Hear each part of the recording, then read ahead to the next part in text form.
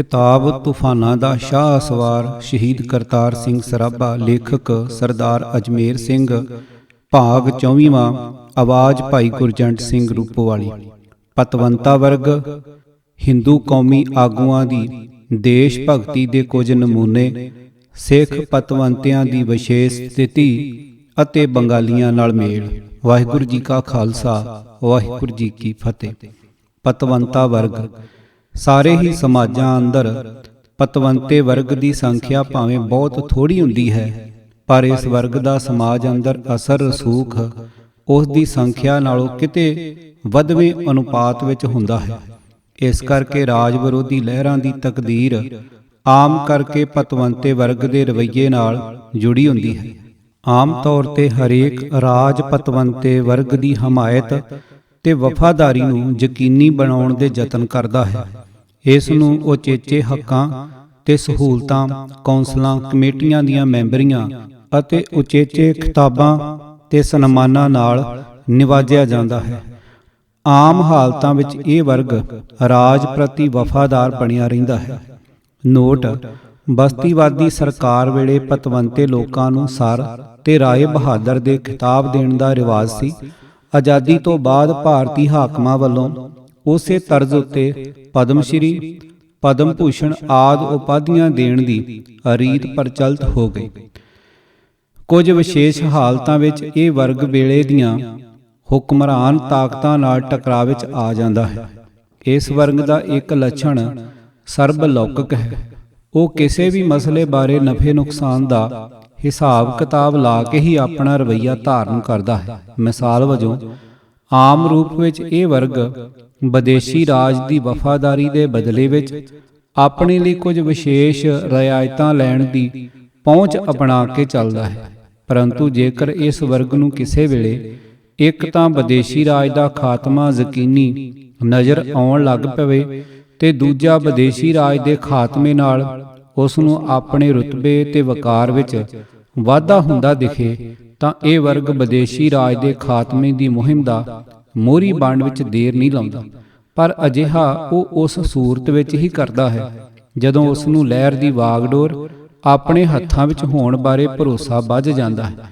ਮਿਸਾਲ ਵਜੋਂ, Indian national Congress ਦੀ ਸਥਾਪਨਾ ਭਾਵੇਂ 1885 ਈਸਵੀ ਵਿੱਚ ਹੋ ਗਈ ਸੀ, ਪਰ ਜਿੰਨਾ ਚਿਰ ਬਸਤੀਵਾਦੀ ਰਾਜ ਵਿਰੁੱਧ ਸੰਘਰਸ਼ ਦੇ ਅੰਦਰ ਗਾਂਧੀ ਦੀ ਲੀਡਰਸ਼ਿਪ ਅਸਰਦਾਰ ਰੂਪ ਵਿੱਚ ਸਥਾਪਿਤ ਨਹੀਂ ਹੋਈ ਸੀ, ਉਨਾ ਚਿਰ ਕਾਂਗਰਸ ਪਾਰਟੀ ਨੇ ਦੇਸ਼ ਦੀ ਆਜ਼ਾਦੀ ਦਾ ਨਾਅਰਾ ਨਹੀਂ ਦਿੱਤਾ ਸੀ। ਉਹ ਬਸਤੀਵਾਦੀ ਰਾਜ ਦੇ ਅੰਦਰ ਹੀ ਵੱਧ ਹੱਕਾਂ ਤੇ ਰਿਆਇਤਾਂ ਲਈ ਲੜਦੀ ਰਹੀ ਸੀ। ਜਦੋਂ ਇਹ ਵਰਗ ਰਾਜ ਦਾ ਪੱਖੀ ਹੁੰਦਾ ਹੈ ਤਾਂ ਇਸ ਨਾਲ ਰਾਜ ਨੂੰ ਤਕੜਾਈ ਮਿਲਦੀ ਹੈ, ਪਰ ਜਦੋਂ ਇਹ ਰਾਜ ਦੇ ਵਿਰੋਧ ਦਾ ਪੈਂਤੜਾ ਧਾਰਨ ਕਰਦਾ ਹੈ ਤਾਂ ਇਸ ਨਾਲ ਰਾਜ ਵਿਰੋਧੀ ਲਹਿਰ ਤੇ ਤਾਕਤਾਂ ਦਾ ਪੱਖ ਮਜ਼ਬੂਤ ਹੋ ਜਾਂਦਾ ਹੈ। ਇਸ ਕਰਕੇ ਜਿਵੇਂ ਇਸ ਵਰਗ ਦੀ ਹਮਾਇਤ ਰਾਜ ਦੀ ਸਲਾਮਤੀ ਲਈ ਜ਼ਰੂਰੀ ਹੁੰਦੀ ਹੈ, ਉਵੇਂ ਰਾਜ ਦਾ ਖਾਤਮਾ ਕਰਨ ਲਈ ਜੂਝਣ ਵਾਲੀਆਂ ਤਾਕਤਾਂ ਲਈ ਵੀ ਇਸ ਵਰਗ ਦੀ ਹਮਾਇਤ ਵਿਸ਼ੇਸ਼ ਅਹਿਮੀਅਤ ਰੱਖਦੀ ਹੈ। ਜਿਸ ਵੇਲੇ ਰਾਜ ਨੂੰ ਅੰਦਰੂਨੀ ਗੜਬੜ ਦਾ ਖਤਰਾ ਖੜਾ ਹੁੰਦਾ ਹੈ ਤਾਂ ਉਸ ਵੇਲੇ ਪਤਵੰਤੇ ਵਰਗ ਦਾ ਮੁੱਲ ਵੱਧ ਜਾਂਦਾ ਹੈ। ਅੰਦਰੂਨੀ ਗੜਬੜ ਨੂੰ ਕਾਬੂ ਕਰਨ ਲਈ ਰਾਜ ਨੂੰ ਪਤਵੰਤੇ ਵਰਗ ਦੀਆਂ ਸੇਵਾਵਾਂ ਦੀ ਉਚੇਚੀ ਲੋੜ ਪੈ ਜਾਂਦੀ ਹੈ। ਉਸ ਵੇਲੇ ਇਸ ਵਰਗ ਨੂੰ ਖੁਸ਼ ਕਰਨ ਤੇ ਇਸ ਦੀ ਹਮਾਇਤ ਯਕੀਨੀ ਬਣਾਉਣ ਲਈ ਇਸ ਉੱਤੇ ਵੱਧ ਮਿਹਰਬਾਨ ਹੋ ਜਾਂਦਾ ਹੈ ਅਤੇ ਇਸ ਨੂੰ ਰਿਆਇਤਾਂ ਦਾ ਵੱਧ ਵੱਡਾ ਗੱਫਾ ਬਖਸ਼ ਦਿੰਦਾ ਹੈ। 1914-15 ਵਿੱਚ ਭਾਰਤ ਅੰਦਰ ਤੇ ਵਿਸ਼ੇਸ਼ ਕਰਕੇ ਪੰਜਾਬ ਅੰਦਰ ਅਜਿਹੀਆਂ ਹੀ ਹਾਲਤਾਂ ਪੈਦਾ ਹੋ ਗਈਆਂ ਸਨ। ਬਸਤੀਵਾਦੀ ਰਾਜ ਲਈ ਦੋਹਰੀ ਆਫਤ ਖੜੀ ਹੋ ਗਈ ਸੀ। ਇੱਕ ਤਾਂ ਬਰਤਾਨਵੀ ਸਾਮਰਾਜ ਨੂੰ ਸੰਸਾਰ ਜੰਗ ਵਿੱਚ ਉਲਝਣਾ ਪੈ ਗਿਆ ਸੀ ਅਤੇ ਉਸ ਨੂੰ ਨਾ ਸਿਰਫ ਸਮੁੱਚੀ ਬਰਤਾਨਵੀ ਫੌਜ ਯੂਰਪ ਤੇ ਮੱਧ ਪੂਰਬ ਦੇ ਮੋਰਚਿਆਂ ਉੱਤੇ ਤਾਇਨਾਤ ਕਰਨੀ ਪੈ ਗਈ ਸੀ, ਬਲਕਿ ਭਾਰਤ ਅੰਦਰੋਂ ਵੀ ਭਾਰੀ ਗਿਣਤੀ ਵਿੱਚ ਫੌਜ ਬਾਹਰਲੇ ਮੋਰਚਿਆਂ ਉੱਤੇ ਭੇਜਣ ਦੀ ਮਜਬੂਰੀ ਬਣ ਗਈ ਸੀ। ਐਨ ਉਸ ਵੇਲੇ ਗਦਰ ਪਾਰਟੀ ਵੱਲੋਂ ਪੰਜਾਬ ਅੰਦਰ ਫੌਜੀ ਤੇ ਜਨਤਕ ਬਗਾਵਤ ਜਥੇਬੰਦ ਕਰਨ ਦੇ ਗੰਭੀਰ ਯਤਨਾਂ ਨੇ ਬਸਤੀਵਾਦੀ ਰਾਜ ਨੂੰ ਭਾਜੜਾਂ ਪਾ ਦਿੱਤੀਆਂ ਸਨ। ਸੰਕਟ ਵਿੱਚ ਫਸੇ ਸਾਮਰਾਜੀ ਤੇ ਬਸਤੀਵਾਦੀ ਹਾਕਮਾਂ ਨੂੰ ਭਾਰਤ ਤੇ ਪਤਵੰਤੇ ਵਰਗ ਦੇ ਸਹਿਯੋਗ ਦੀ ਅਤ ਜ਼ਰੂਰੀ ਲੋੜ ਪੈ ਗਈ ਸੀ। ਇਹ ਸਹਿਯੋਗ ਦੋਵੇਂ ਹੀ ਕਾਰਜਾਂ ਜੰਗ ਜਿੱਤਣ ਅਤੇ ਗਦਰ ਦੇ ਯਤਨਾਂ ਨੂੰ ਕੁਚਲਣ ਲਈ ਬੇਹੱਦ ਜ਼ਰੂਰੀ ਸੀ। ਇਸ ਤੱਥ ਦੇ ਬਾਵਜੂਦ ਕਿ ਭਾਰਤ ਅੰਦਰ ਪਤਵੰਤਾ ਵਰਗ ਇੱਕ ਜਿਨਸੀ ਨਹੀਂ ਸੀ, ਬਲਕਿ ਧਾਰਮਿਕ ਧੜਿਆਂ ਵਿੱਚ ਵੰਡਿਆ ਹੋਇਆ ਸੀ, ਜਿਨ੍ਹਾਂ ਵਿਚਕਾਰ ਆਪਸੀ ਵਿਰੋਧ ਤੇ ਬਖੇੜੇ ਸਨ।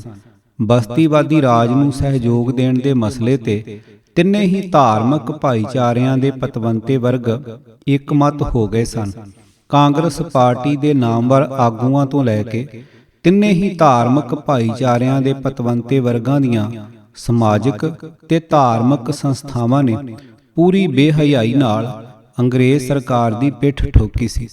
ਚੀਫ ਖਾਲਸਾ ਦੀਵਾਨ ਦੇ ਆਗੂਆਂ ਵੱਲੋਂ ਅੰਗਰੇਜ਼ ਹਾਕਮਾਂ ਦਾ ਪਿੱਠੂਪੁਣਾ ਕਰਨ ਬਾਰੇ ਬਹੁਤ ਕੁਝ ਲਿਖਿਆ ਗਿਆ ਹੈ, ਪਰ ਦੂਸਰੇ ਧਰਮਾਂ ਦੀਆਂ ਸੰਸਥਾਵਾਂ ਵੀ ਫਰੰਗੀ ਹਕੂਮਤ ਦਾ ਗੋਲਪੁਣਾ ਕਰਨ ਵਿੱਚ ਪਿੱਛੇ ਨਹੀਂ ਰਹੀਆਂ ਸਨ। ਆਰੀਆ ਸਮਾਜ ਨੇ ਜੰਗ ਛੇੜਨ ਤੋਂ ਪਹਿਲਾਂ ਇੱਕ ਮਤਾ ਪਾ ਕੇ ਆਪਣੇ ਆਪ ਨੂੰ ਸਰਕਾਰ ਵਿਰੋਧੀ ਰਾਜਸੀ ਸਰਗਰਮੀਆਂ ਨਾਲੋਂ ਵੱਖ ਕਰ ਲਿਆ ਸੀ। ਪੰਜਾਬ ਦੇ ਹਿੰਦੂ ਪਤਵੰਤਿਆਂ ਦੀ ਮਾਣਯੋਗ ਸੰਸਥਾ ਪੰਜਾਬ ਹਿੰਦੂ ਸਭਾ ਨੇ ਅੰਗਰੇਜ਼ ਸਰਕਾਰ ਦੀ ਅਡੋਲ ਮਦਦ ਕੀਤੀ ਸੀ, ਜਿਸ ਕਰਕੇ ਗਦਰ ਪਾਰਟੀ ਨੇ ਪੰਜਾਬੀ ਹਿੰਦੂ ਸਭਾ ਦਾ ਨਾਂ ਵਿਗਾੜ ਕੇ ਇਸ ਨੂੰ ਹਿੰਦੂ ਮੂਰਖਾਂ ਦੀ ਸਭਾ ਅਤੇ ਇਸ ਦੇ ਮੈਂਬਰਾਂ ਨੂੰ ਗੰਦਗੀ ਦੇ ਕੀੜੇ ਕਹਿ ਕੇ ਭੰਡਿਆ ਸੀ। ਗੁਰੂ ਕੁਲ ਦੇ ਪ੍ਰਮੁੱਖ ਲਾਲਾ ਮੁਨਸ਼ੀ ਰਾਮ ਨੇ ਭਾਰਤ ਦੇ ਵਾਇਸਰਾਏ ਨੂੰ ਆਪਣੀ ਸੰਸਥਾ ਵਿੱਚ ਬੁਲਾ ਕੇ ਸਨਮਾਨਿਤ ਕਰਨ ਦਾ ਕੁਕਰਮ ਕੀਤਾ ਸੀ ਅਤੇ ਗਦਰ ਪਾਰਟੀ ਦਾ ਵਿਰੋਧ ਕਰਦਿਆਂ ਕਿਹਾ ਸੀ ਕਿ ਰਾਜ ਦੇ ਸ਼ਹਿਨਸ਼ਾਹ ਵਿਰੁੱਧ ਬਗਾਵਤ ਕਰਨੀ ਹਿੰਦੂ ਧਰਮ ਦੇ ਅਸੂਲਾਂ ਦੀ ਉਲੰਘਣਾ ਹੈ।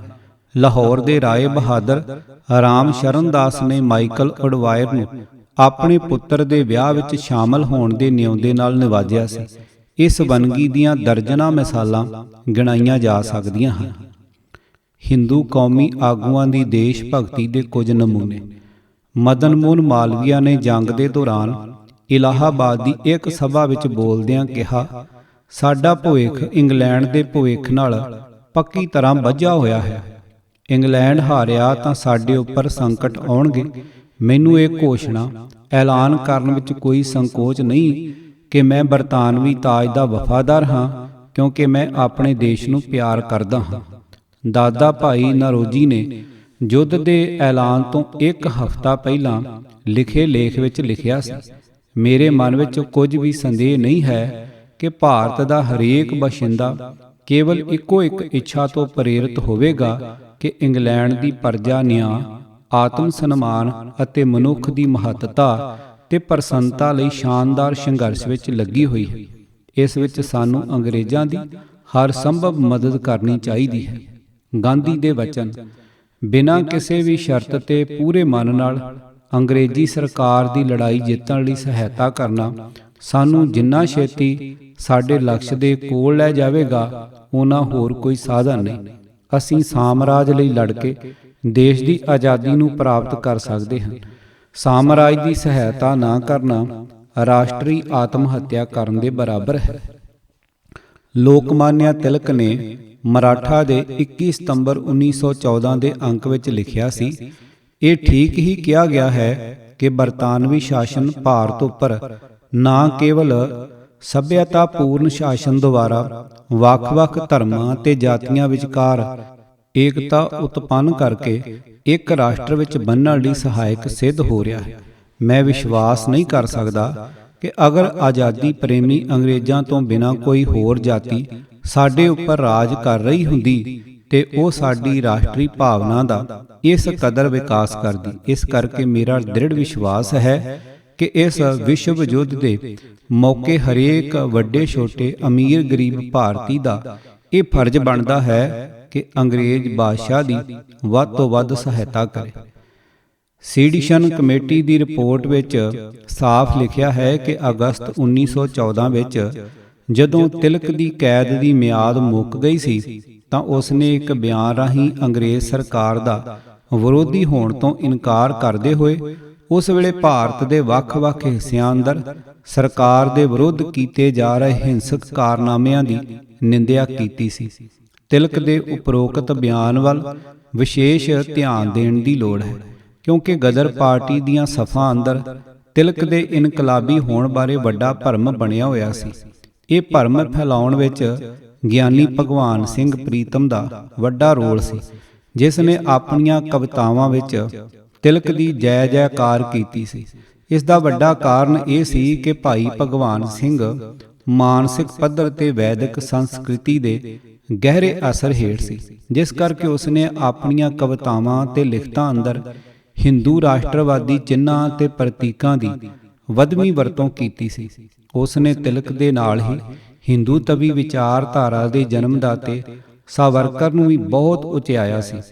ਸਾਵਰਕਰ ਨੂੰ ਜਦੋਂ ਕਾਲੇ ਪਾਣੀ ਦੀ ਸਜ਼ਾ ਦੇ ਕੇ ਅੰਡੇਮਾਨ ਭੇਜ ਦਿੱਤਾ ਗਿਆ ਸੀ ਤਾਂ ਉਸਨੇ ਥੋੜੇ ਹੀ ਚਿਰਾਂ ਬਾਅਦ ਅੰਗਰੇਜ਼ ਸਰਕਾਰ ਅੱਗੇ ਰਹਿਮ ਦੀ ਅਪੀਲ ਕੀਤੀ ਸੀ, ਜਿਸ ਵਿੱਚ ਉਸਨੇ ਲਿਖਤੀ ਰੂਪ ਵਿੱਚ ਸਰਕਾਰ ਨੂੰ ਇਹ ਯਕੀਨ ਦਿਵਾਇਆ ਸੀ ਕਿ ਉਹ ਬਰਤਾਨਵੀ ਸਰਕਾਰ ਦੀ ਜਿਸ ਵੀ ਹੈਸੀਅਤ ਵਿੱਚ ਉਹ ਚਾਹੇ ਸੇਵਾ ਕਰਨ ਲਈ ਤਿਆਰ ਸੀ।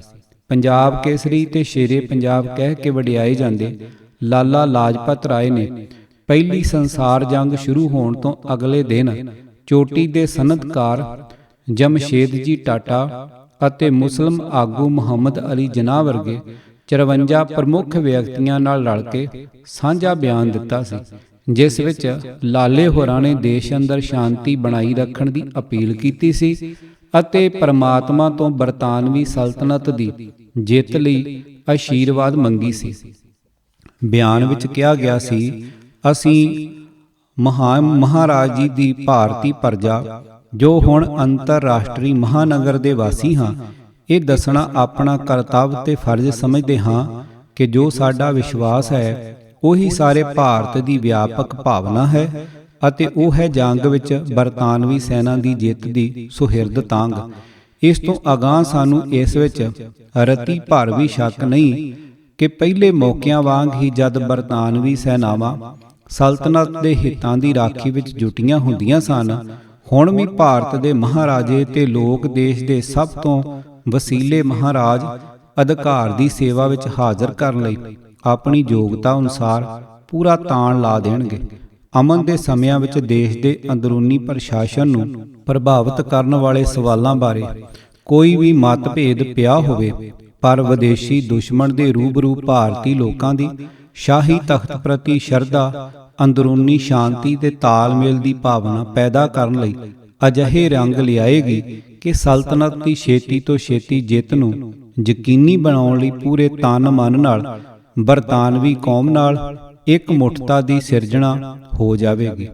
ਕੌਮੀ ਆਗੂਆਂ ਦੀ ਇਸ ਪੋਜੀਸ਼ਨ ਨਾਲ ਨਿਸ਼ਚਿਤ ਤੌਰ ਤੇ ਗਦਰ ਪਾਰਟੀ ਦੇ ਬਗਾਵਤ ਕਰਨ ਦੇ ਯਤਨਾਂ ਨੂੰ ਕਾਫੀ ਧੱਕਾ ਲੱਗਾ। ਇਸ ਨਾਲ ਸਰਕਾਰ ਲਈ ਗਦਰ ਲਹਿਰ ਨੂੰ ਬੇਰਹਿਮੀ ਨਾਲ ਕੁਚਲਣਾ ਸੁਖਾਲਾ ਹੋ ਗਿਆ ਸੀ। ਮਜਲੂਮ ਵਰਗਾਂ ਦੀ ਮਹਿਰਮ ਉੱਗੀ ਵਿਦਵਾਨ ਗੇਲ ਓਮਵੈਟ ਦਾ ਇਹ ਨਿਰਣਾ ਗਲਤ ਨਹੀਂ ਕਿਹਾ ਜਾ ਸਕਦਾ ਕਿ ਭਾਰਤੀ ਰਾਸ਼ਟਰੀਵਾਦੀਆਂ ਵੱਲੋਂ ਜੰਗ ਦੌਰਾਨ ਬਰਤਾਨੀਆ ਦਾ ਵਿਰੋਧ ਕਰਨ ਤੋਂ ਇਨਕਾਰੀ ਹੋਣ ਦੇ ਮਾਹੌਲ ਵਿੱਚ ਸਿੱਖ ਗਦਰੀਆਂ ਦੀ ਬਗਾਵਤ ਕੁਚਲ ਦਿੱਤੀ ਗਈ। ਬਾਬਾ ਸੋਹਣ ਸਿੰਘ ਭਕਨਾ ਨੂੰ ਦੁਖੀ ਹੋ ਕੇ ਸਖਤ ਸ਼ਬਦਾਂ ਵਿੱਚ ਕਹਿਣਾ ਪਿਆ ਸੀ, ਹਿੰਦੀ ਲੀਡਰਾਂ ਨੇ ਆਪਣੇ ਹੱਥੀਂ ਦੇਸ਼ ਭਗਤਾਂ ਦੀਆਂ ਗਰਦਨਾਂ ਵੱਢੀਆਂ, ਉਹਨਾਂ ਨੂੰ ਮੂਰਖ ਆਖ ਕੇ ਦੁਨੀਆ ਸਾਹਮਣੇ ਬਦਨਾਮ ਕੀਤਾ। ਦੇਸ਼ ਕੌਮ ਦੀ ਹਮਦਰਦੀ ਦਾ ਰੌਂ ਦੇਸ਼ ਭਗਤਾਂ ਵੱਲ ਮੋੜਨ ਦੀ ਥਾਂ ਉਲਟ ਅੰਗਰੇਜ਼ ਮਾਲਕਾਂ ਵੱਲ ਵਗਾਇਆ। ਸਾਰੇ ਦੇਸ਼ ਨੂੰ ਧੋਖਾ ਦੇ ਕੇ ਗਦਰ ਲਹਿਰ ਨੂੰ ਫੇਲ ਕੀਤਾ ਤੇ ਕੌਮ ਦੀਆਂ ਸਾਰੀਆਂ ਸੁਤੰਤਰ ਆਸਾਂ ਉਮੀਦਾਂ ਜੋ ਉਸ ਸੁਨਹਿਰੀ ਮੌਕੇ ਪਰ ਰੂਸ ਵਾਂਗੂ ਫਲਣੀਆਂ ਫੁੱਲਣੀਆਂ ਸਨ, ਆਪਣੇ ਹੱਥੀਂ ਉਹਨਾਂ ਦਾ ਗਲ ਵੱਢਿਆ। ਮੈਂ ਸੱਚ ਕਹਿੰਦਾ ਹਾਂ ਕਿ ਗਦਰ ਪਾਰਟੀ ਦੇ ਫੇਲ ਹੋ ਜਾਣ ਦਾ ਜੇ ਕੋਈ ਸਭ ਤੋਂ ਵੱਡਾ ਸਬੱਬ ਹੈ ਤਾਂ ਉਸ ਵਕਤ ਦੇ ਹਿੰਦੀ ਲੀਡਰਾਂ ਦੀ ਗਲਤੀ ਤੇ ਕਮਜ਼ੋਰੀ ਹੀ ਹੈ। ਸਿੱਖ ਪਤਵੰਤਿਆਂ ਦੀ ਵਿਸ਼ੇਸ਼ ਸਥਿਤੀ। ਸਿੱਖ ਪਤਵੰਤਿਆਂ ਚੀਫ ਖਾਲਸਾ ਦੀਵਾਨ ਦੇ ਆਗੂਆਂ ਤੋਂ ਲੈ ਕੇ ਸਿੱਖ ਰਜਵਾੜਿਆਂ, ਭੋਏ ਸਰਦਾਰਾਂ, ਕੇਂਦਰੀ ਤੇ ਸੂਬਾਈ ਕੌਂਸਲਾਂ ਦੇ ਮੈਂਬਰਾਂ, ਜੈਲਦਾਰਾਂ, ਸਫੈਦ ਪੋਸ਼ਾਂ ਆਦਿ ਨੇ ਗਦਰ ਪਾਰਟੀ ਨੂੰ ਕੁਚਲਣ ਅਤੇ ਜੰਗ ਦੌਰਾਨ ਸਿੱਖਾਂ ਨੂੰ ਬਰਤਾਨਵੀ ਫੌਜ ਵਿੱਚ ਭਰਤੀ ਹੋਣ ਲਈ ਪ੍ਰੇਰਨ ਵਿੱਚ ਸਰਗਰਮ ਭੂਮਿਕਾ ਨਿਭਾਈ ਸੀ। ਪਰ ਇਹ ਤੱਥ ਬਹੁਤ ਹੀ ਹੈਰਾਨੀਜਨਕ ਤੇ ਉਗੜਵਾਂ ਹੈ ਕਿ ਗਦਰ ਪਾਰਟੀ ਬਾਰੇ ਰਾਸ਼ਟਰਵਾਦੀ ਨੁਕਤਾ ਨਜ਼ਰ ਤੋਂ ਲਿਖੀਆਂ ਗਈਆਂ ਲਿਖਤਾਂ ਵਿੱਚ ਜਿੱਥੇ ਸਿੱਖ ਪਤਵੰਤਿਆਂ ਦੀ ਵਧਵੀਂ ਤੇ ਖਰਵੀਂ ਆਲੋਚਨਾ ਕੀਤੀ ਗਈ ਹੈ, ਉੱਥੇ ਦੂਸਰੇ ਧਾਰਮਿਕ ਭਾਈਚਾਰਿਆਂ ਦੇ ਪਤਵੰਤਿਆਂ ਖਾਸ ਤੌਰ ਤੇ ਹਿੰਦੂ ਪਤਵੰਤਿਆਂ ਤੇ ਕੌਮੀ ਆਗੂਆਂ ਦੀ ਅੰਗਰੇਜ਼ ਭਗਤੀ ਦਾ ਜ਼ਿਕਰ ਬਹੁਤ ਹੀ ਮਲਵੀ ਜੀਭ ਨਾਲ ਕੀਤਾ ਗਿਆ। ਹਾਲਾਂਕਿ ਸਿੱਖ ਪਤਵੰਤਿਆਂ ਦੀ ਸਥਿਤੀ ਦੂਸਰੇ ਵਰਗਾਂ ਨਾਲੋਂ ਕਾਫੀ ਅਲੱਗ ਤੇ ਵਿਸ਼ੇਸ਼ ਸੀ। ਗਦਰ ਲਹਿਰ ਮੁੱਖ ਰੂਪ ਵਿੱਚ ਸਿੱਖਾਂ ਦੀ ਲਹਿਰ ਹੋਣ ਕਰਕੇ ਸਿੱਖ ਪਤਵੰਤਿਆਂ ਉੱਤੇ ਇਸ ਲਹਿਰ ਦੇ ਵਿਰੋਧ ਵਿੱਚ ਸਰਗਰਮ ਹੋਣ ਲਈ ਬਰਤਾਨਵੀ ਪ੍ਰਸ਼ਾਸਨ ਦਾ ਵੱਧ ਦਬਾਅ ਪਿਆ। ਹਿੰਦੂ ਤੇ ਮੁਸਲਮ ਸਮਾਜਾਂ ਅੰਦਰ ਗਦਰ ਲਹਿਰ ਵਰਗੀ ਵਿਸਫੋਟਕ ਹਾਲਤ ਨਹੀਂ ਬਣੀ ਸੀ। ਭਾਵੇਂ ਕਿ ਬੰਗਾਲ ਅੰਦਰ ਹਿੰਦੂ ਕ੍ਰਾਂਤੀਕਾਰੀ ਸਰਕਾਰ ਵਿਰੁੱਧ ਇੱਕਾ ਦੁੱਕਾ ਹਥਿਆਰਬੰਦ ਕਾਰਨਾਮੇ ਕਰ ਰਹੇ ਸਨ, ਪਰ ਉਹਨਾਂ ਦੀਆਂ ਇਨ੍ਹਾਂ ਕਾਰਵਾਈਆਂ ਦਾ ਫੌਜ ਤੇ ਹਿੰਦੂ ਜਨਤਾ ਉੱਤੇ ਕੋਈ ਅਸਰ ਨਹੀਂ ਹੋ ਰਿਹਾ ਸੀ।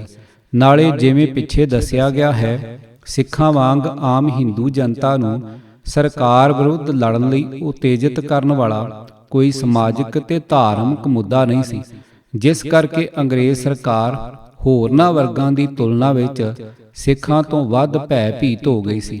ਨਾਲ ਜੁੜਵਾਂ ਹੋਰ ਤੱਥ ਇਹ ਕਿ ਸਿੱਖ ਸਮਾਜ ਜੰਗ ਦੌਰਾਨ ਫੌਜੀ ਭਰਤੀ ਦਾ ਮੁੱਖ ਸੋਮਾ ਹੋਣ ਕਰਕੇ ਬਰਤਾਨਵੀ ਹਕੂਮਤ ਨੂੰ ਸਿੱਖਾਂ ਦੇ ਸਹਿਯੋਗ ਦੀ ਆਕਸੀਜਨ ਜਿੰਨੀ ਹੀ ਲੋੜ ਬਣ ਗਈ ਸੀ।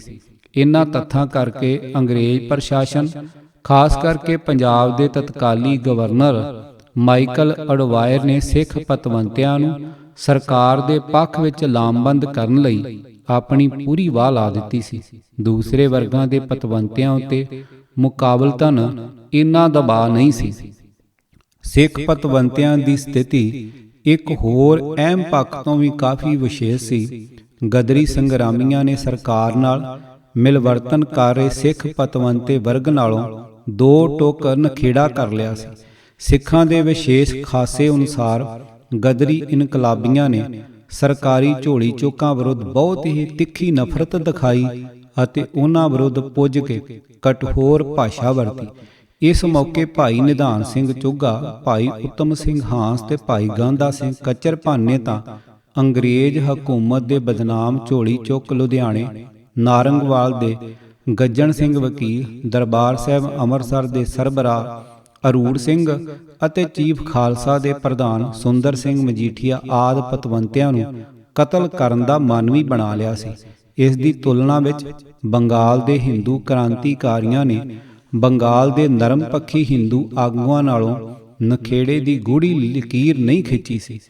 ਉਹ ਇਸ ਮਾਮਲੇ ਵਿੱਚ ਵਿਰੋਧ ਤੇ ਏਕਤਾ ਦਾ ਸੂਤਰ ਅਪਣਾ ਕੇ ਚੱਲੇ। ਬੰਗਾਲ ਦੇ ਨਰਮ ਪੰਥੀਆਂ ਨਾਲ ਉਹਨਾਂ ਦੇ ਰਾਜਸੀ ਵਿਰੋਧਾਂ ਤੇ ਵਖਰੇਵਿਆਂ ਦੇ ਬਾਵਜੂਦ ਉਹਨਾਂ ਨੇ ਨਰਮ ਖਿਆਲੀਆਂ ਨਾਲ ਸਹਿਚਾਰ ਬਣਾਈ ਰੱਖਿਆ ਸੀ। ਸਚਿੰਦਰ ਨਾਥ ਸਾਨਿਆਲ ਦੀ ਸਵੈ ਜੀਵਨੀ ਬੰਦੀ ਜੀਵਨ ਤੋਂ ਇਸ ਦੀ ਭਲੀ ਭਾਂਤ ਪੁਸ਼ਟੀ ਹੁੰਦੀ ਹੈ। ਇਸ ਦੇ ਕਾਰਨ ਸਿਧਾਂਤਕ ਸਨ। ਬੰਗਾਲ ਦੇ ਹਿੰਦੂ ਕ੍ਰਾਂਤੀਕਾਰੀਆਂ ਦੀ ਨਰਮ ਪੰਥੀਆਂ ਨਾਲ ਬੁਨਿਆਦੀ ਵਿਚਾਰਧਾਰਕ ਸਾਂਝ ਸੀ। ਹਿੰਦੂ ਪ੍ਰਧਾਨੀ ਭਾਰਤੀ ਕੌਮ ਦੇ ਸੰਕਲਪ ਤੇ ਹਿੰਦੂ ਪ੍ਰਧਾਨੀ ਨੇਸ਼ਨ ਸਟੇਟ ਸਥਾਪਿਤ ਕਰਨ ਦੇ ਬੁਨਿਆਦੀ ਟੀਚੇ ਬਾਰੇ ਦੋਵਾਂ ਵਿਚਕਾਰ ਕੋਈ ਮਤ ਵਖਰੇਵਾਂ ਨਹੀਂ ਸੀ। ਵਖਰੇਵਾਂ ਮੁੱਖ ਤੌਰ ਤੇ ਲੜਾਈ ਦੇ ਢੰਗਾਂ ਤੱਕ ਸੀਮਤ ਸੀ। ਇਸ ਦੀ ਤੁਲਨਾ ਵਿੱਚ ਗਦਰੀ ਸਿੱਖ ਇਨਕਲਾਬੀਆਂ ਦੀ ਤਤਕਾਲੀ ਰਾਜਸੀ ਵਾਤਾਵਰਣ ਵਿੱਚ ਸਿੱਖ ਪਤਵੰਤੇ ਵਰਗ ਨਾਲ ਰਾਜਸੀ ਵਿਚਾਰਧਾਰਾ ਦੀ ਉੱਕਾ ਹੀ ਕੋਈ ਸਾਂਝ ਨਹੀਂ ਸੀ। ਦੋਵਾਂ ਵਿਚਕਾਰ ਪਾੜਾ ਵੱਡਾ ਤੇ ਬੁਨਿਆਦੀ ਸੀ। ਅੰਗਰੇਜ਼ ਸਰਕਾਰ ਨੇ ਗਦਰ ਪਾਰਟੀ ਬਾਰੇ ਇਹ ਗਲਤ ਪ੍ਰਭਾਵ ਬਣਾ ਦਿੱਤਾ ਸੀ ਕਿ ਇਸ ਦਾ ਕਰਤਾ ਧਰਤਾ ਲਾਲਾ ਹਰਦਿਆਲ ਸੀ। ਉਸ ਵੇਲੇ ਜਿਸ ਦੀ ਹਿੰਦੂ ਰਾਸ਼ਟਰਵਾਦੀ ਵਿਚਾਰਧਾਰਾ ਬਾਰੇ ਕੋਈ ਸ਼ੱਕ ਸ਼ੁਬਾ ਨਹੀਂ ਸੀ। ਗਦਰ ਪਾਰਟੀ ਵੱਲੋਂ ਹਿੰਦੂ ਰਾਸ਼ਟਰਵਾਦੀ ਚਿੰਨ੍ਹਾਂ ਦੀ ਬੇਦਰੇਕ ਵਰਤੋਂ ਕਰਕੇ ਇਹ ਪ੍ਰਭਾਵ ਹੋਰ ਪੱਕਾ ਹੋ ਗਿਆ ਸੀ। ਸਿੱਖ ਪਤਵੰਤੇ ਵਰਗ ਦਾ ਸਿੱਖ ਰਾਜ ਦੀ ਸਥਾਪਨਾ ਦੇ ਵਿਚਾਰ ਨਾਲ ਤਾਂ ਘੱਟ ਵੱਧ ਲਗਾਅ ਹੋ ਸਕਦਾ ਸੀ, ਪਰੰਤੂ ਹਿੰਦੂ ਰਾਸ਼ਟਰਵਾਦੀ ਵਿਚਾਰਧਾਰਾ ਨਾਲ ਉਸਦੀ ਉਸ ਵੇਲੇ ਉੱਕਾ ਹੀ ਕੋਈ ਸਾਂਝ ਹਮਦਰਦੀ ਨਹੀਂ ਹੋ ਸਕਦੀ ਸੀ। ਹਿੰਦੂ ਪਤਵੰਤੇ ਵਰਗ ਨਾਲੋਂ ਉਸ ਦਾ ਇਹ ਅਹਿਮ ਫਰਕ ਸੀ। ਜੇਕਰ ਗਦਰ ਪਾਰਟੀ ਨੇ ਸਿੱਧੇ ਤੇ ਸਪਸ਼ਟ ਰੂਪ ਵਿੱਚ ਖਾਲਸਾ ਰਾਜ ਦੀ ਮੁੜ ਸਥਾਪਨਾ ਕਰਨ ਦਾ ਰਾਜਸੀ ਟੀਚਾ ਐਲਾਨਿਆ ਹੁੰਦਾ ਤਾਂ ਸਿੱਖ ਪਤਵੰਤੇ ਵਰਗ ਅੰਦਰਲੇ ਕੁਝ ਤੱਤਾਂ ਦਾ ਗਦਰ ਪਾਰਟੀ ਵੱਲ ਰਵੱਈਆ ਸ਼ਾਇਦ ਇੰਨਾ ਨਾ ਪੱਖੀ ਨਾ ਹੁੰਦਾ, ਪਰ ਇਸ ਦਾ ਇੱਕ ਉਲਟ ਪੱਖੀ ਨਤੀਜਾ ਇਹ ਹੋਣਾ ਸੀ ਕਿ ਬੰਗਾਲੀ ਕ੍ਰਾਂਤੀਕਾਰੀਆਂ ਨੇ ਉਸ ਸੂਰਤ ਵਿੱਚ ਗਦਰ ਪਾਰਟੀ ਨੂੰ ਚਿਮਟੇ ਨਾਲ ਵੀ ਨਹੀਂ ਛੂਹਣਾ ਸੀ। ਬੰਗਾਲੀਆਂ ਨਾਲ ਮੇਲ। 20ਵੀਂ ਸਦੀ ਦੇ ਮੁੱਢਲੇ ਸਾਲਾਂ ਦੌਰਾਨ ਬੰਗਾਲ ਰਾਸ਼ਟਰਵਾਦੀ ਲਹਿਰ ਦਾ ਸਾਰਿਆਂ ਨਾਲੋਂ ਵੱਧ ਸਰਗਰਮ ਖੇਤਰ ਬਣਿਆ ਹੋਇਆ ਸੀ। ਉੱਥੋਂ ਦੇ ਹਿੰਦੂ ਕ੍ਰਾਂਤੀਕਾਰੀਆਂ ਦੇ ਟੁੱਟਵੇਂ ਖਿੰਡਵੇਂ ਹਥਿਆਰਬੰਦ ਕਾਰਨਾਮਿਆਂ ਦੀ ਦੇਸ਼ ਵਿਦੇਸ਼ ਅੰਦਰ ਚਰਚਾ ਜ਼ੋਰਾਂ ਉੱਤੇ ਸੀ। ਖਾਸ ਕਰਕੇ 23 ਦਸੰਬਰ 1912 ਨੂੰ ਬੰਗਾਲੀ ਕ੍ਰਾਂਤੀਕਾਰੀਆਂ ਵੱਲੋਂ ਦਿੱਲੀ ਵਿਖੇ ਭਾਰਤ ਦੇ ਵਾਇਸਰਾਏ ਉੱਤੇ ਬੰਬ ਸੁੱਟਣ ਦੀ ਦਲੇਰਾਨਾ ਕਾਰਵਾਈ ਨਾਲ ਦੇਸ਼ ਵਿਦੇਸ਼ ਅੰਦਰਲੇ ਆਜ਼ਾਦੀ ਸੰਗਰਾਮੀਆਂ ਅੰਦਰ ਬੰਗਾਲੀ ਕ੍ਰਾਂਤੀਕਾਰੀਆਂ ਦੀ ਚੰਗੀ ਭਲ ਬਣ ਗਈ ਸੀ। ਭਾਵੇਂ ਹਮਲੇ ਵਿੱਚ ਵਾਇਸਰਾਏ ਦੀ ਜਾਨ ਬਚ ਗਈ ਸੀ, ਪਰ ਇਸ ਕਾਰਵਾਈ ਨੇ ਅੰਗਰੇਜ਼ੀ ਹਾਕਮਾਂ ਨੂੰ ਗੂੰਜਵੇਂ ਸ਼ਬਦਾਂ ਵਿੱਚ ਇਹ ਰਾਜਸੀ ਸੰਦੇਸ਼ ਦੇ ਦਿੱਤਾ ਸੀ ਕਿ ਭਾਰਤ ਦੇ ਨੌਜਵਾਨ ਗੁਲਾਮੀ ਨੂੰ ਬਹੁਤਾ ਚਿਰ ਬਰਦਾਸ਼ਤ ਨਹੀਂ ਕਰਨਗੇ ਅਤੇ ਉਹਨਾਂ ਦੀ ਆਜ਼ਾਦੀ ਦੀ ਰੀਝ ਨੂੰ ਹੋਰ ਵੱਧ ਦਬਾ ਕੇ ਰੱਖ ਸਕਣਾ ਨਾਮੁਮਕਿਨ ਬਣ ਗਿਆ ਹੈ। ਇਸ ਘਟਨਾ ਦੀ ਤਫਤੀਸ਼ ਦੌਰਾਨ ਰਾਸ ਬਿਹਾਰੀ ਬੋਸ ਨਾਂ ਦਾ ਮੁੱਖ ਮੁਜਰਮ ਵਜੋਂ ਸਾਹਮਣੇ ਆਇਆ ਸੀ, ਜਿਸ ਕਰਕੇ ਰਾਸ ਬਿਹਾਰੀ ਬੋਸ ਨੂੰ ਰੂਪੋਸ਼ ਹੋਣਾ ਪੈ ਗਿਆ ਸੀ। ਇਸ ਨਾਲ ਇਨਕਲਾਬੀ ਝੁਕਾਅ ਰੱਖਣ ਵਾਲੇ ਲੋਕਾਂ ਅੰਦਰ ਉਸ ਦਾ ਵਕਾਰ ਹੋਰ ਵੱਧ ਗਿਆ ਸੀ। ਅਮਰੀਕਾ ਕੈਨੇਡਾ ਅੰਦਰ ਪੜ੍ਹ ਰਹੇ ਬੰਗਾਲੀ ਵਿਦਿਆਰਥੀਆਂ ਨੇ ਆਪਣੇ ਵਿਸ਼ੇਸ਼ ਵਰਗ ਚਰਿੱਤਰ ਦੇ ਅਨੁਸਾਰ ਬੰਗਾਲ ਅੰਦਰ ਕ੍ਰਾਂਤੀਕਾਰੀ ਲਹਿਰ ਦਾ ਅਸਲੀਅਤ ਨਾਲੋਂ ਬਹੁਤ ਵਧਵਾਂ ਬਿੰਬ ਸਿਰਜ ਦਿੱਤਾ ਸੀ, ਜਿਸ ਦੇ ਨਤੀਜੇ ਵਜੋਂ ਗਦਰ ਪਾਰਟੀ ਦੇ ਆਗੂਆਂ ਨੂੰ ਬੰਗਾਲੀ ਕ੍ਰਾਂਤੀਕਾਰੀਆਂ ਕੋਲੋਂ ਵੱਡੀਆਂ ਆਸਾਂ ਬਣ ਗਈਆਂ ਸਨ। ਦੇਸ਼ ਪੁੱਜਦਿਆਂ ਹੀ ਉਹਨਾਂ ਦੇ ਮਨਾਂ ਅੰਦਰ ਬੰਗਾਲੀਆਂ ਨਾਲ ਸੰਪਰਕ ਬਣਾਉਣ ਦੀ ਕਾਹਲੀ ਪੈ ਗਈ ਸੀ। ਭਾਈ ਕਰਤਾਰ ਸਿੰਘ ਸਰਾਭਾ ਨੇ ਆਉਂਦਿਆਂ ਹੀ ਪੰਜਾਬ ਅੰਦਰੋਂ ਬੰਗਾਲੀਆਂ ਨਾਲ ਜਾਣ ਪਛਾਣ ਰੱਖਣ ਵਾਲੇ ਲੋਕਾਂ ਦੀ ਭਾਲ ਕਰਨੀ ਸ਼ੁਰੂ ਕਰ ਦਿੱਤੀ ਸੀ। ਕਰਤਾਰ ਸਿੰਘ ਨੂੰ ਭਾਈ ਪਰਮਾਨੰਦ ਤੋਂ ਕਨਸੋਹ ਮਿਲੀ ਕਿ 1907 ਵਾਲੀ ਲਹਿਰ ਦੇ ਕੁਝ ਨਾਮਵਰ ਵਰਕਰ ਜਿਵੇਂ ਕਪੂਰਥਲਾ ਦੇ ਲਾਲਾ ਰਾਮ ਸ਼ਰਨ ਦਾਸ ਤਲਵਾੜ, ਲਾਹੌਰ ਦੇ ਮਹਿਤਾ ਆਨੰਦ ਕਿਸ਼ੋਰ ਤੇ ਲਾਲਾ ਕੇਦਾਰਨਾਥ ਸਹਿਗਲ ਆਦਿ ਅਜੇ ਮੌਜੂਦ ਹਨ ਅਤੇ ਆਮ ਖਿਆਲ ਕੀਤਾ ਜਾਂਦਾ ਹੈ ਕਿ ਉਹ ਬੰਗਾਲੀਆਂ ਦੇ ਸੰਪਰਕ ਵਿੱਚ ਹਨ। ਪਿਛਲੇ ਦੋਵੇਂ ਸੱਜਣ ਤਾਂ ਉਸ ਵੇਲੇ ਤੱਕ ਉਦਾਸੀਨ ਹੋ ਕੇ ਇਨਕਲਾਬੀ ਸਰਗਰਮੀਆਂ ਤੋਂ ਕਿਨਾਰਾ ਕਰ ਚੁੱਕੇ ਸਨ, ਪਰ ਲਾਲਾ ਰਾਮ ਸ਼ਰਨ ਦਾਸ ਅੰਦਰ ਇਨਕਲਾਬੀ ਚਿਣਗ ਅਜੇ ਵੀ ਮੱਗਦੀ ਸੀ। ਉਸ ਕੋਲੋਂ ਸਰਾਭੇ ਨੂੰ ਬੰਗਾਲੀਆਂ ਨਾਲ ਸੰਪਰਕ ਕਰਨ ਲਈ ਕੁਝ ਸੁਰਾਗ ਮਿਲ ਗਏ ਸਨ। ਤਲਵਾੜ ਕੋਲੋਂ ਮਿਲੇ ਨਾਂ ਪਤੇ ਲੈ ਕੇ ਸਰਾਭਾ ਤੁਰੰਤ ਬੰਗਾਲ ਚਲਾ ਗਿਆ। ਉਸ ਨੇ ਰਾਸ ਬਿਹਾਰੀ ਬੋਸ ਨਾਲ ਸੰਪਰਕ ਕਰਨ ਦਾ ਪੁਰਜ਼ੋਰ ਯਤਨ ਕੀਤਾ, ਪਰ ਬੰਗਾਲੀ ਦਲ ਬਹੁਤ ਹੀ ਗੁਪਤ ਤਰੀਕੇ ਨਾਲ ਕੰਮ ਕਰਦਾ ਸੀ ਅਤੇ ਕਿਸੇ ਨਵੇਂ ਤੇ ਬੇਭੇਤੇ ਬੰਦੇ ਲਈ ਰੂਪੋਸ਼ ਆਗੂਆਂ ਨਾਲ ਸੰਪਰਕ ਕਰਨਾ ਇੰਨਾ ਸੁਖਾਲਾ ਨਹੀਂ ਸੀ। ਪਰ ਕਲਕੱਤੇ ਦੀ ਫੇਰੀ ਦੌਰਾਨ ਸਰਾਭੇ ਦੀ ਮੁਲਾਕਾਤ ਸਰ ਸੁਰਿੰਦਰਨਾਥ ਬੈਨਰਜੀ ਨਾਲ ਜ਼ਰੂਰ ਹੋ ਗਈ ਸੀ। ਸੁਰਿੰਦਰਨਾਥ ਬੈਨਰਜੀ ਉਸ ਵੇਲੇ ਨਰਮ ਖਿਆਲੀ ਰਾਜਸੀ ਧਾਰਾ ਦਾ ਸਭ ਨਾਲੋਂ ਪ੍ਰਮੁੱਖ ਆਗੂ ਸੀ। ਸਰਾਭੇ ਨੇ ਉਸ ਨੂੰ ਗਦਰ ਪਾਰਟੀ ਦੇ ਉਦੇਸ਼ਾਂ ਅਤੇ ਗਦਰ ਕਰਨ ਦੀ ਵਿਉਂਤ ਤੇ ਯਤਨਾਂ ਬਾਰੇ ਦੱਸਿਆ। ਸਚਿੰਦਰਨਾਥ ਸਾਨਿਆਲ ਦੇ ਕਥਨ ਅਨੁਸਾਰ ਉਹਨਾਂ ਕਰਤਾਰ ਸਿੰਘ ਨੂੰ ਉਪਦੇਸ਼ ਦਿੱਤਾ ਕਿ ਤੂੰ ਆਪਣੇ ਸੰਕਲਪ ਅਤੇ ਹਿੰਮਤ ਅਨੁਸਾਰ ਕੰਮ ਕਰਦਾ ਜਾ, ਬੰਗਾਲ ਤਾਂ ਸਹੀ ਸਮੇਂ ਤੇ ਤੁਹਾਡੀ ਸਹਾਇਤਾ ਕਰੇਗਾ ਹੀ। ਇਸ ਤੋਂ ਪਤਾ ਚੱਲਦਾ ਹੈ ਕਿ ਬੈਨਰਜੀ ਨੇ ਸਰਾਭੇ ਨੂੰ ਬੇਭੇਤਾ ਹੋਣ ਕਰਕੇ ਕੋਈ ਲੜ ਪੱਲਾ ਨਹੀਂ ਫੜਾਇਆ ਸੀ। ਭਾਈ ਕਰਤਾਰ ਸਿੰਘ ਸਰਾਭਾ ਨੂੰ ਇਹ ਸੂਹ ਮਿਲ ਗਈ ਸੀ ਕਿ ਉਸ ਵੇਲੇ ਬਨਾਰਸੀ ਬੰਗਾਲੀ ਕ੍ਰਾਂਤੀਕਾਰੀਆਂ ਦਾ ਸਰਗਰਮ ਕੇਂਦਰ ਸੀ, ਜਿਸ ਕਰਕੇ ਕਲਕੱਤੇ ਤੋਂ ਬਾਅਦ ਉਹ ਬਨਾਰਸ ਚਲਾ ਗਿਆ, ਪਰ ਉਸ ਨੂੰ ਬੰਗਾਲੀ ਦਲ ਨਾਲ ਸੰਪਰਕ ਬਣਾਉਣ ਵਿੱਚ ਸਫਲਤਾ ਨਾ ਮਿਲੀ। ਹਾਰ ਕੇ ਉਹ ਪੰਜਾਬ ਮੁੜ ਆਇਆ। ਉਧਰ ਭਾਈ ਪਰਮਾਨੰਦ ਝਾਂਸੀ ਦੇ ਵੀ ਕੁਝ ਬੰਗਾਲੀ ਜਾਣੂ ਸਨ। ਉਹਨਾਂ ਰਾਹੀਂ ਬੰਗਾਲੀ ਕ੍ਰਾਂਤੀਕਾਰੀ ਦਲ ਨਾਲ ਸੰਪਰਕ ਬਣਾਉਣ ਦੇ ਯਤਨ ਕੀਤੇ ਗਏ। ਇਸ ਮੰਤਵ ਲਈ ਪਰਮਾਨੰਦ ਨੇ ਢਾਕੇ ਦਾ ਚੱਕਰ ਲਾਇਆ। ਅਸਲ ਵਿੱਚ ਉਸ ਵੇਲੇ ਬੰਗਾਲ ਵਿੱਚ ਕ੍ਰਾਂਤੀਕਾਰੀਆਂ ਦੇ ਕਿੰਨੇ ਹੀ ਛੋਟੇ-ਛੋਟੇ ਦਲ ਸਨ ਅਤੇ ਇਹਨਾਂ ਵਿੱਚੋਂ ਹਰ ਕੋਈ ਅਸਲੀ ਕ੍ਰਾਂਤੀਕਾਰੀ ਹੋਣ ਦਾ ਦਾਅਵਾ ਕਰਦਾ ਸੀ। ਭਾਈ ਪਰਮਾਨੰਦ ਦਾ ਢਾਕੇ ਵਿੱਚ ਅਜਿਹੇ ਹੀ ਕਿਸੇ ਦਲ ਨਾਲ ਸੰਪਰਕ ਹੋਇਆ ਅਤੇ ਉਸ ਨੇ ਪੰਜਾਬ ਦੇ ਇਨਕਲਾਬੀਆਂ ਨੂੰ ਬੰਬ ਗੋਲੇ ਤੇ ਹੋਰ ਹਥਿਆਰ ਦੇਣ ਦਾ ਵਾਅਦਾ ਕੀਤਾ। ਪਰ ਬਾਅਦ ਵਿੱਚ ਪਤਾ ਚੱਲਿਆ ਕਿ ਜਿਹੜੇ ਵਿਅਕਤੀਆਂ ਨਾਲ ਭਾਈ ਪਰਮਾਨੰਦ ਦਾ ਮੇਲ ਹੋਇਆ ਸੀ ਉਹ ਜਾਲੀ ਸਨ ਅਤੇ ਪੰਜਾਬ ਵਾਲਿਆਂ ਕੋਲੋਂ ਪੈਸੇ ਬਟੋਰਨ ਦੇ ਮੰਤਵ ਨਾਲ ਉਹਨਾਂ ਨੇ ਹਥਿਆਰਾਂ ਬਾਰੇ ਸਾਰੀ ਗੱਲ ਬਹੁਤ ਵਧਾ ਚੜਾ ਕੇ ਕਹੀ ਸੀ। ਬੰਗਾਲੀਆਂ ਨਾਲ ਸੰਪਰਕ ਕਰਨ ਦੇ ਉਪਰੋਕਤ ਯਤਨ ਨਿਫਲ ਹੋ ਜਾਣ ਤੋਂ ਬਾਅਦ ਪਾਰਟੀ ਆਗੂਆਂ ਨੇ ਆਪਸੀ ਸਲਾਹ ਮਸ਼ਵਰਾ ਕਰਕੇ ਲਾਲਾ ਰਾਮ ਸਰਨਦਾਸ ਤਲਵਾੜ ਨੂੰ ਕਪੂਰਥਲੇ ਤੋਂ ਲਾਹੌਰ ਸੱਦਣ ਦਾ ਫੈਸਲਾ ਕੀਤਾ। ਉਹ ਗਦਰੀ ਆਗੂਆਂ ਦਾ ਸੁਨੇਹਾ ਮਿਲਣ ਤੇ ਉਸੇ ਵੇਲੇ ਚਲਾ ਆਇਆ। ਸਰਾਭੇ ਨੇ ਉਸ ਨੂੰ ਬੰਗਾਲੀ ਦਲ ਨਾਲ ਸੰਪਰਕ ਕਰਨ ਲਈ ਸਿੱਧਾ ਆਪ ਬਨਾਰਸ ਜਾਣ ਲਈ ਬੇਨਤੀ ਕੀਤੀ, ਜਿਹੜੀ ਉਸਨੇ ਝੱਟ ਪ੍ਰਵਾਨ ਕਰ ਲਈ। ਤਲਵਾੜ ਨਵੰਬਰ ਦੇ ਅੱਧ ਜਿਹੇ ਵਿੱਚ ਬਨਾਰਸ ਗਿਆ ਅਤੇ ਉੱਥੇ ਉਸ ਦੀ ਮੁਲਾਕਾਤ ਸਚਿੰਦਰਨਾਥ ਸਾਨਿਆਲ ਨਾਲ ਹੋਈ। ਸਾਨਿਆਲ ਬੰਗਾਲੀ ਦਲ ਦਾ ਅਹਿਮ ਕਾਰਕੁਨ ਤੇ ਰਾਸ ਬਿਹਾਰੀ ਬੋਸ ਦਾ ਖਾਸ ਵਿਸ਼ਵਾਸ ਪਾਤਰ ਸੀ। ਜਦੋਂ ਰਾਮ ਸ਼ਰਨ ਦਾਸ ਨੇ ਸਾਨਿਆਲ ਤੇ ਉਸਦੇ ਸਾਥੀਆਂ ਨੂੰ ਪੰਜਾਬ ਦੇ ਰਾਜਸੀ ਹਾਲਾਤ ਅਤੇ ਗਦਰ ਪਾਰਟੀ ਦੀਆਂ ਬਗਾਵਤ ਕਰਨ ਦੀਆਂ ਤਿਆਰੀਆਂ ਬਾਰੇ ਵਿਸਥਾਰ ਵਿੱਚ ਦੱਸਿਆ ਤਾਂ ਉਹਨਾਂ ਦੇ ਮਨ ਖੁਸ਼ੀ ਨਾਲ ਉਛਲ ਪਏ। ਉਸ ਵੇਲੇ ਉਹ ਬੰਗਾਲ ਅੰਦਰ ਇਨਕਲਾਬੀ ਦਲਾਂ ਦੀ ਆਪਸੀ ਪਾਟੋ ਤਾੜ ਅਤੇ ਆਮ ਬੰਗਾਲੀ ਜਨਤਾ ਦੀ ਉਦਾਸੀਨਤਾ ਨੂੰ ਦੇਖ ਕੇ ਕਾਫੀ ਢਹਿੰਦੀ ਕਲਾ ਦੇ ਰੌਂ ਵਿੱਚ ਸੀ। ਪੰਜਾਬ ਬਾਰੇ ਸੁਣ ਕੇ ਉਹਨਾਂ ਅੰਦਰ ਉਤਸ਼ਾਹ ਤੇ ਉਮੀਦ ਦੀ ਤਰੰਗ ਪੈਦਾ ਹੋ ਗਈ ਸੀ। ਸਾਨਿਆਲ ਨੇ ਆਪਣੀ ਸਵੈ ਜੀਵਨੀ ਅੰਦਰ ਉਹਨਾਂ ਦੇ ਮਨਾਂ ਉੱਤੇ ਇਸ ਮੁਲਾਕਾਤ ਦੇ ਪਏ ਉਤਸ਼ਾਹਮੁਖੀ ਪ੍ਰਭਾਵ ਦਾ ਜ਼ਿਕਰ ਇੰਜ ਕੀਤਾ ਹੈ। ਮੈਂ ਉਹਨਾਂ ਦਿਨਾਂ ਵਿੱਚ ਕਾਂਚੀ 'ਚ ਹੀ ਸੀ ਜਦੋਂ ਪੰਜਾਬ ਦਾ ਇੱਕ ਬੰਦਾ ਉੱਥੋਂ ਦੀ ਕ੍ਰਾਂਤੀ ਦੀ ਖਬਰ ਲੈ ਕੇ ਸਾਡੇ ਕੋਲ ਆਇਆ।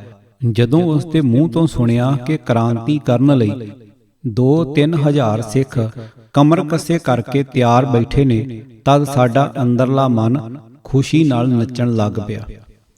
ਭਾਵੇਂ ਕਿ ਗਦਰੀ ਰਾਸ ਬਿਹਾਰੀ ਬੋਸ ਨੂੰ ਪੰਜਾਬ ਲਿਆਉਣ ਲਈ ਬਹੁਤ ਉਤਾਵਲੇ ਸਨ, ਪਰੰਤੂ ਗੁਪਤ ਜਥੇਬੰਦੀ ਦੇ ਕਾਇਦੇ ਕਾਨੂੰਨਾਂ ਅਨੁਸਾਰ ਬੰਗਾਲੀ ਦਲ ਨੇ ਰਾਸ ਬਿਹਾਰੀ ਬੋਸ ਨੂੰ ਪੰਜਾਬ ਭੇਜਣ ਤੋਂ ਪਹਿਲਾਂ ਸਾਰੇ ਹਾਲਾਤ ਦੀ ਟੋਹ ਲੈਣ ਲਈ ਸਚਿੰਦਰਨਾਥ ਸਾਨਿਆਲ ਨੂੰ ਰਾਮ ਸ਼ਰਨ ਦਾਸ ਨਾਲ ਪੰਜਾਬ ਭੇਜਣ ਦਾ ਫੈਸਲਾ ਕੀਤਾ। ਸਾਨਿਆਲ ਦੀ ਜ਼ਬਾਨੀ ਕਈ ਕਾਰਨਾਂ ਕਰਕੇ ਰਾਸ ਬਿਹਾਰੀ ਉਦੋਂ ਪੰਜਾਬ ਨਹੀਂ ਜਾ ਸਕੇ, ਇਸ ਲਈ ਪਹਿਲਾਂ ਉੱਥੇ ਮੇਰਾ ਜਾਣਾ ਨਿਸ਼ਚਿਤ ਹੋਇਆ ਤਾਂ ਜੋ ਮੈਂ ਪੰਜਾਬ ਦੀ ਹਾਲਤ ਆਪਣੀਆਂ ਅੱਖਾਂ ਨਾਲ ਵੇਖ ਆਵਾਂ ਅਤੇ ਸਾਰਿਆਂ ਨੂੰ ਦੱਸਾਂ ਅਤੇ ਫਿਰ ਅੱਗੇ ਪ੍ਰੋਗਰਾਮ ਬਣਾਇਆ ਜਾ ਸਕੇ। ਤੂਫਾਨਾਂ ਦਾ ਸ਼ਾਹ ਸਵਾਰ ਸ਼ਹੀਦ ਕਰਤਾਰ ਸਿੰਘ ਸਰਾਭਾ, ਲੇਖਕ ਸਰਦਾਰ ਅਜਮੇਰ ਸਿੰਘ, ਆਵਾਜ਼ ਭਾਈ ਗੁਰਜੰਟ ਸਿੰਘ ਰੂਪੋਵਾਲੀ, ਭਾਗ 4ਵਾਂ।